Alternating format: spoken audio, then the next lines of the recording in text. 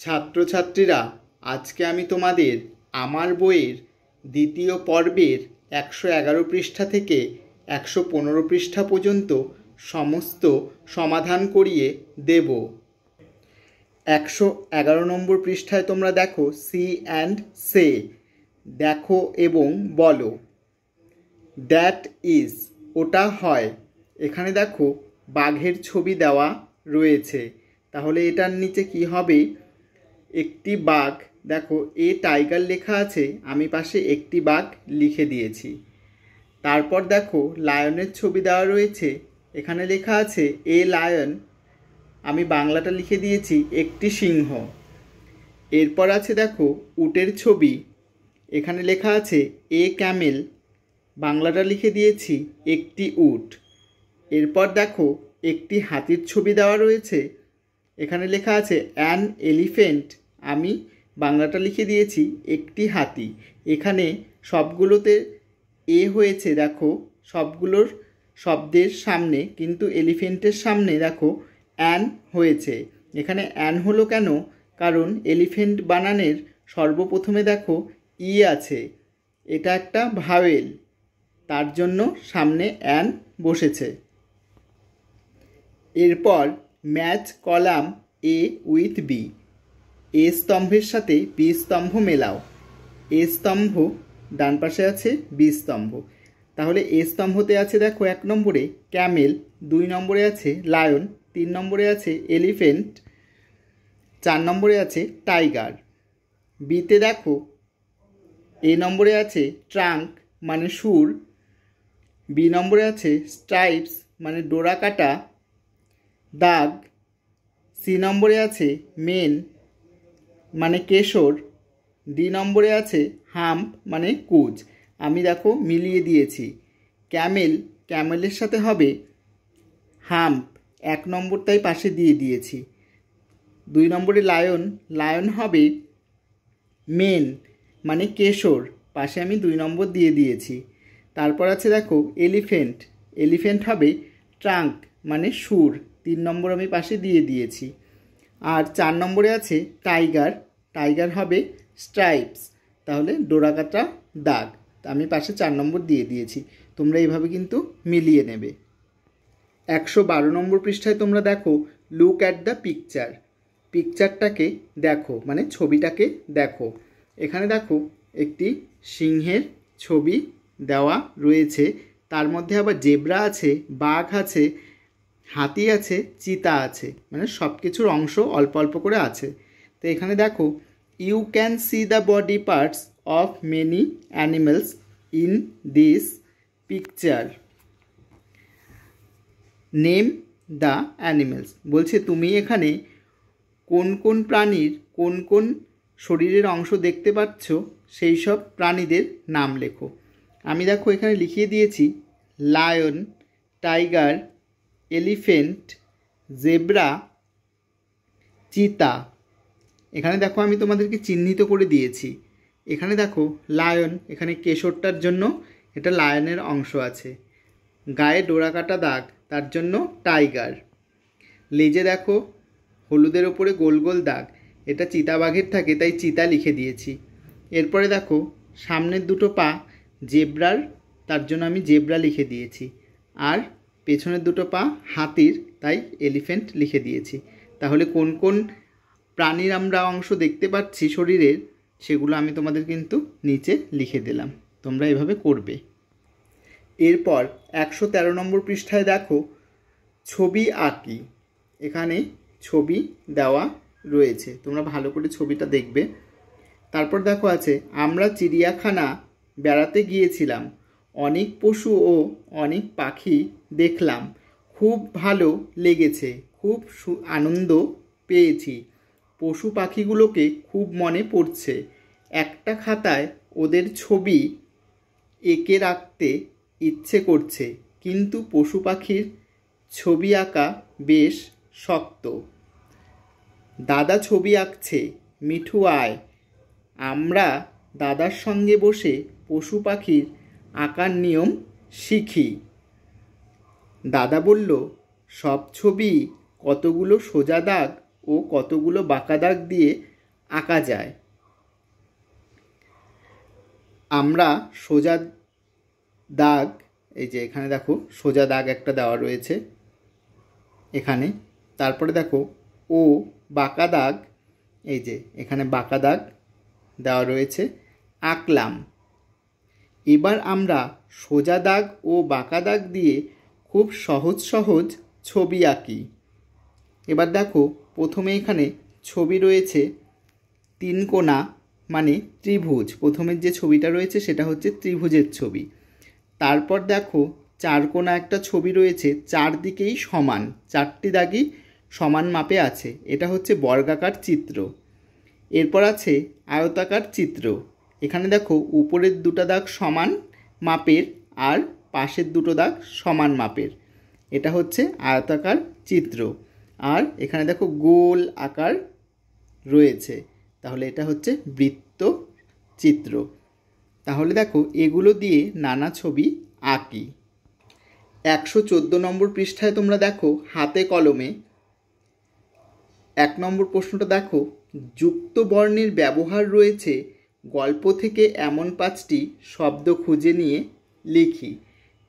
এখানে দেখো মণিপুরী উপকথা উচিত শিক্ষা গল্পটির থেকে কিন্তু খুঁজে তোমাকে লিখতে হবে।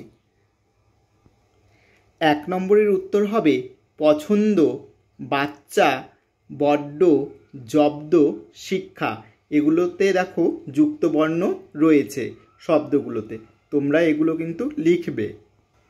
2 নম্বর প্রশ্নটি তোমরা দেখো, নিচের প্রশ্নগুলোর উত্তর লিখি। এখানে 2-এর 1, 2-এর 2, 2-এর 3, 2-এর 4 নম্বর প্রশ্ন রয়েছে। এই প্রশ্নের উত্তরগুলো আমি তোমাদেরকে লিখিয়ে দেব। 2-এর 1 নম্বর প্রশ্নটি তোমরা দেখো, চড়াই পাখি কোথায় বাসা বেঁধেছিল? উত্তর হবে জাম গাছে বাসা বেঁধেছিল। 2-এর 2 নম্বর প্রশ্নটি তোমরা দেখো, চড়াই ছানারা ভয় পেয়েছিল কেন? উত্তর হবে দুষ্টু হাতি জাম গাছে গা ঘেঁষে গাছ নাড়াচ্ছিল, তাই চড়াই ছানারা ভয় পেয়েছিল। 2-এর 3 নম্বর প্রশ্নটি তোমরা দেখো, মা চড়াই কিভাবে দুষ্টু হাতিকে জব্দ করল? উত্তর হবে মা চড়াই ফুরুত করে হাতির কুলোর মতো একটা কানে ঢুকে পড়ল, তারপর সেখানে সে ডানা ঝাপটে ওড়ে আর ঠোকরায়, যন্ত্রণায় হাতি চিৎকার করতে থাকে, এইভাবে জব্দ করেছিল। 2-এর 4 নম্বর প্রশ্নটি তোমরা দেখো, মা চড়াই শেষে হাতিকে কি বলল? উত্তর হবে গায়ে জোর আছে বলে গর্ব করা ভালো নয়, মনে রেখো ছোট প্রাণীরও কিছু ক্ষমতা থাকতে পারে। 3 নম্বর প্রশ্নটি তোমরা পাঠ্য বইয়ে দেখো, গল্পে কে কি করেছে তার নিচের ছকটিতে লিখি। এখানে দেখো মা চড়াই আর ডান পাশে আছে হাতি। মা চড়াই কি করেছিল? 1 নম্বর জাম গাছে বাসা বেঁধেছিল, 2 নম্বর বাচ্চাদের জন্য খাবার খুঁজে এনেছিল, 3 নম্বর হাতির কানে ঢুকে পড়েছিল, 4 নম্বর হাতিকে ক্ষমা চাইতে বাধ্য করেছিল, 5 নম্বর হাতিকে উচিত শিক্ষা দিয়েছিল। হাতি কি করেছিল? 1 নম্বরে দেখো জাম গাছে গা ঘেঁষে ছিল, 2 নম্বর চড়াইয়ের বাচ্চাদের ভয় দেখিয়েছিল, 3 নম্বর যন্ত্রণায় হাতি চিৎকার করে ওঠে, 4 নম্বর হাতি চড়াইকে মারার চেষ্টা করে, 5 নম্বর হাতি ক্ষমা চেয়েছিল। তোমরা এইভাবে লিখে নেবে। এরপর 4 নম্বর প্রশ্নটি তোমরা দেখো, বাম দিকের সঙ্গে ডান দিকের বিপরীতার্থক শব্দগুলি মিলিয়ে লিখি। এখানে দেখো দেওয়া রয়েছে এলোমেলো করে, প্রথমে রয়েছে দেখো পছন্দ বাম পাশে, তারপরে রয়েছে ভয়, তারপরে রয়েছে দুর্বল, তারপরে রয়েছে তীক্ষ্ণ, তারপরে রয়েছে উচিত। আর ডান পাশে দেখো সবল, অনুচিত, অপছন্দ, সাহস, ভোঁতা, এগুলো মিলিয়ে দেব। এখানে দেখো পছন্দের বিপরীতার্থক শব্দ হবে অপছন্দ, ভয়ের বিপরীতার্থক শব্দ হবে সাহস, দুর্বলের বিপরীত শব্দ হবে সবল, তীক্ষ্ণর বিপরীত শব্দ হবে ভোঁতা, উচিতের বিপরীতার্থক শব্দ হবে অনুচিত। তোমরা এভাবে লিখে ফেলবে। এরপর চলে আসলাম 5 নম্বর প্রশ্নে। কিচমিচ, চ্যাঁ চ্যাঁ, ফুরুত এই শব্দগুলি কোন কোন প্রাণীর সঙ্গে জড়িত? তাদের কোন কোন কার্যকলাপ বোঝাতে আমরা এই শব্দগুলি ব্যবহার করি? এই 3টি শব্দ দিয়ে 3টি পৃথক বাক্য নিজে বানিয়ে লিখি। আমি তোমাদেরকে লিখিয়ে দেব। 5 নম্বরের উত্তর হবে কিচমিচ, চ্যাঁ চ্যাঁ, ফুরুত এই শব্দগুলি চড়াই পাখির সঙ্গে জড়িত। কিচমিচ খিদে বোঝাতে, চ্যাঁ চ্যাঁ ভয় বোঝাতে, ফুরুত উড়ে যাওয়া বোঝাতে আমরা ব্যবহার করি। তারপরে দেখো এগুলো দিয়ে আবার বাক্য রচনা করতে হবে। কিচমিচ দিয়ে বাক্য রচনা হলো খিদে পেলে পাখির ছানারা কিচমিচ করে। তারপর রয়েছে চ্যাঁ চ্যাঁ, ভয় পেয়ে পাখির বাচ্চারা চ্যাঁ চ্যাঁ করছে। এরপর ফুরুত, পাখিটি ফুরুত করে আকাশে উড়ে গেল। তোমরা এভাবে লিখে নেবে। এরপর চলে আসলাম 115 নম্বর পৃষ্ঠায়। তোমরা দেখো এখানে কতগুলি পাখি আকাশে উড়ছে। এখানে লেখা আছে সি দ্য পিকচার্স, ছবিগুলো দেখো, নিচেও কতগুলো ছবি দেওয়া রয়েছে।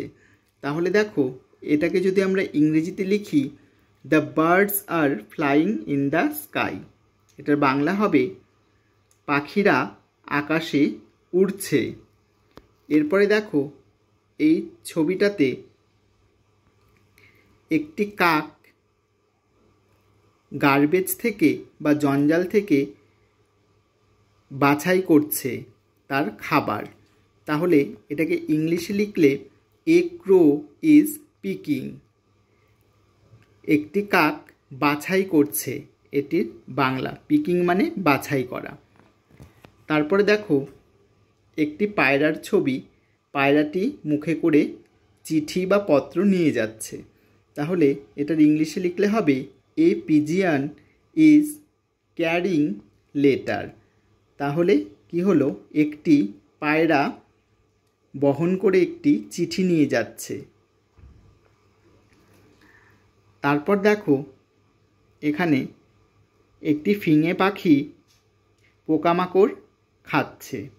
তাহলে এটার ইংরেজিতে লিখলে হবে এ ড্রঙ্গো ইজ ইটিং ইনসেক্টস, বলছে একটি ফিঙে পোকামাকড় খাচ্ছে। তারপরে দেখো মেয়েটি নাচ করছে বুলবুল পাখির গানে।